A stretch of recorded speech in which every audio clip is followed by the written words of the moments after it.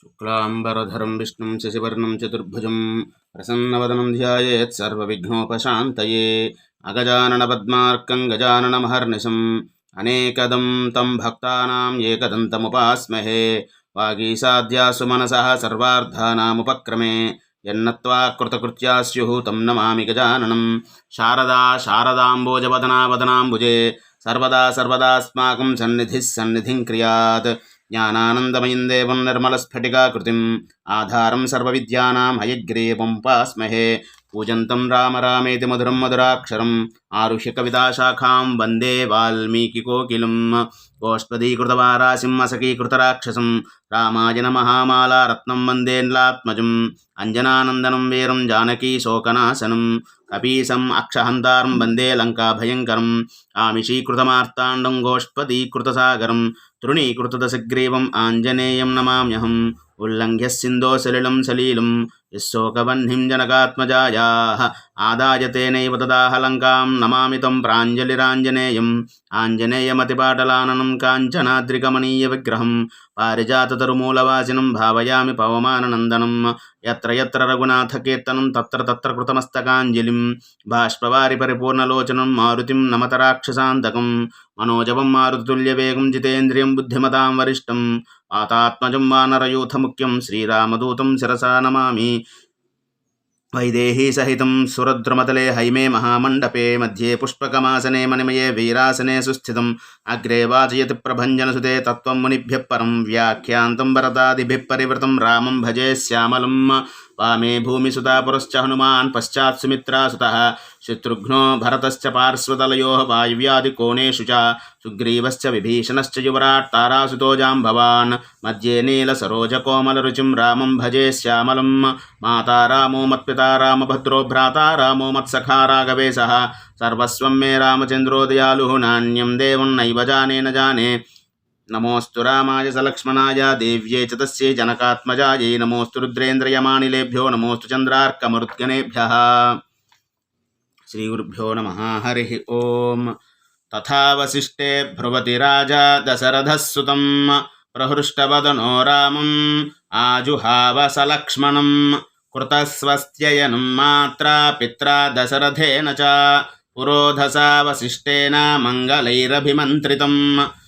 सपुत्रं मूर्ध्नुपाघ्राय राजा दशरथः प्रियं ददौ कुशिकपुत्राय सुप्रीतेनान्तरात्मना ततो वायुस्सुखस्पर्शो विरजस्को ववौ दधा विश्वामित्रगतं दृष्ट्वा रामं राजीवलोचनं पुष्पवृष्टिर्महत्यासीत् देवदुन्दुभिनिस्वनैः शङ्खदुन्दुभिनिर्घोषः प्रयातेतु महात्मनि विश्वामित्रो ययावग्रे ततो रामो धनुर्धरः काकपक्षधरो धन्वी तं च सौमित्रिरन्वगात् कलापिनो धनुष्पाणि शोभयानौ दिशो दश विश्वामित्रं महात्मानं त्रिशीर्षा विवपन्नगौ अनुजग्मुरुतुर्क्षुद्रौ पितामहमिवाश्विनौ तदा कुशिकपुत्रं तु धनुष्पाणिस्वलङ्कृतौ बद्धगोधाङ्गुलित्राणौ खड्गवन्दौ महाद्युति कुमारौ चारुवपुषौ भ्रातरौ रामलक्ष्मणौ अनुयातौ श्रिया दीप्त्वा शोभयेताम् अनिन्दितौ स्थाणुं देवमिवां चिन्त्यं कुमाराविव पावकी अद्यर्धयोजनं गत्वा सरय्या दक्षिणे तटे रामेति मधुरां वाणीं विश्वामित्रोऽभ्यभाषत गृहानवत्ससलिलम् आभूत्कालस्य पर्ययः मन्त्रग्रामं गृहानत्वं बलाम् अतिबलां तथा न श्रमो न ज्वरो वाते न रूपस्य विपर्ययः न च सुप्तं प्रमत्तं वा दर्शयिष्यन्ति नैऋताः न बाह्वो सदृशो वीर्ये पृथिव्याम् अस्ति कश्चन त्रिषु लोकेषु वैरामा न भवेत् सदृशस्तव न सौभाग्येन दाक्षिण्येन न ज्ञाने बुद्धि निश्चये नोत्तरे प्रतिवक्तव्ये समो लोके तव नघा एतद्विदाद्वये लब्धे भविता नास्ति ते समः బలాత్వతిబలా చైవ సర్వజ్ఞానస్య మాతరౌ క్షుత్పిపాసేన తే రామా భవిష్యేతే నరోత్తమా బలాం అతిబలాం చైవ పఠతః పథి రాఘవ గృహాణ సర్వలోకస్య గుప్తయే రఘునందన విద్యాద్వయమధీయానే యశశ్చాప్యతులం త్వయి పితామహసుతే హ్యేతే విద్యే తేజः సమన్వితే ప్రదాతుం తవ కాకుస్థా సదృశస్త్వం హి ధార్మిక కామం బహుగుణాః సర్వే త్వయేతేనాత్ర సంశయః తపసా సంభృతే చైతే బహురూపే భవిష్యతః తతో రామో జలం స్పృష్ట్వా ప్రహృష్ట వదనః శుచిః ప్రతిజగ్రాహతే విద్యే మహర్షేర్భావితాత్మనః విద్యాసముదితో రామః శుశుభే భూరి విక్రమః సహస్రరశ్మిర్భగవాన్ శరదీవ దివాకరః గురుకార్యాణి సర్వాణి నియుజ్య కుశితాత్మజే ఊషుస్తాం రజనీం తత్ర సరయ్యాం సుసుఖం త్రయః దశరథ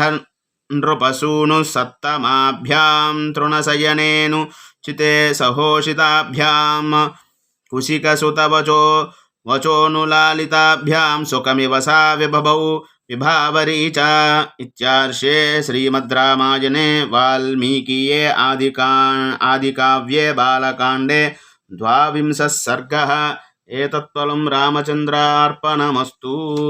స్వస్తి ప్రజాభ్యః పరిపాలయంతాం న్యాయేన మార్గేణ మహిం మహిషాః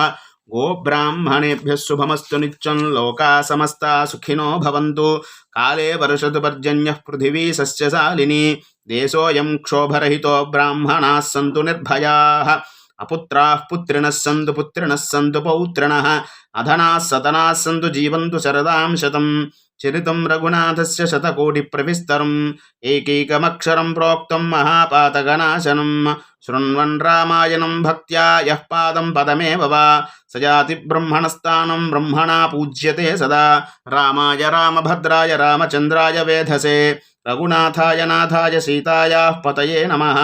మంగళం కోసలేంద్రాయ మహనీయ గుణాబ్దయే చక్రవర్తి తనూజాయ సార్వభౌమాయ మంగళం వేద వేదాంత వేద్యాయ మేఘశ్యామలమూర్తయే పుంసాం మోహనరూపాయ పుణ్యశ్లోకాయ మంగళం విశ్వామిత్రాంతరంగాయ మిథిలా నగరీపతేః భాగ్యానాం పరిపాకాయ భవ్యరూపాయ మంగళం పితృభక్తాయ సతతం భ్రాతృభిः సహ సీతయా నందితాఖిలలోకాయ రామభద్రాయ మంగళం శక్తసాకేతవాసాయ చిత్రకూటవిహారిణే సేవ్యాయ సర్వయమినాం ధీరోదారాయ మంగళం సౌమిత్రిణా జానక్యా చాపవానాసిధారిణే సంసేవ్యాయ సదా భక్త్యా స్వామినే మమ మంగళం దండకారణ్యవాసాయ ఖండితామరశత్రవే గృధ్రరాజాయ భక్తాయ ముక్తిదాయాస్తు మంగళం సాదరం శబరీదత్త ఫలమూలాభిలాషినే సౌలభ్య పరిపూర్ణాయ సత్వోద్రిక్తాయ మంగళం హనుమత్ సమవేతాయ హరీసాభీష్టదాయినే వాలిప్రమథనాయాస్తు మహాధీరాయ మంగళం శ్రీమతే రఘునాథాయ సీతూల్లంఘిత సింధవే చితరాక్షసరాజాయ రణధీరాయ మంగళం ఆసాద్య నగరీం దివ్యామభిషిక్తాయ సీతయా రాజాధిరాజరాజాయ రామభద్రాయ మంగళం మంగళాశాసనపరైః మదాచార్య పురోగమైః సర్వైశ్చ పూర్వైరాచార్యైః సత్కృతాయాస్తు మంగళం కాయేన వాచా మనసేంద్రియైర్వా బుద్ధ్యాత్మనా వా ప్రకృతే స్వభావాత్ కరోమి యద్యత్ సకలం పరస్మై నారాయణాయేతి సమర్పయామి యదక్షరపదభ్రష్టం మాత్రాహీనం చ యద్భవేత్ తత్సర్వం క్షమ్యతాం దేవ శ్రీరాఘవ నమోऽస్తుతే ఆత్మాత్వం క్షితిజామతి ప్రాణాః శరీరం గృహం పూజాతే విషయోపభోగరచనా నిద్రా సమాధిస్థితిః సంచారః పదయో ప్రదక్షిణ విధి స్తోత్రాన్ని సర్వాగిరో యద్యత్కర్మ కరోమి తత్తదఖిలం రామాస్తుతే పూజనం. ఏతత్ఫలం రామచంద్రార్పణమస్తు. సర్వే జనా సుఖినో భవంతు. మన ఛానల్ని లైక్ చేయండి, షేర్ చేయండి, సబ్స్క్రైబ్ చేయండి. హరి ఓం.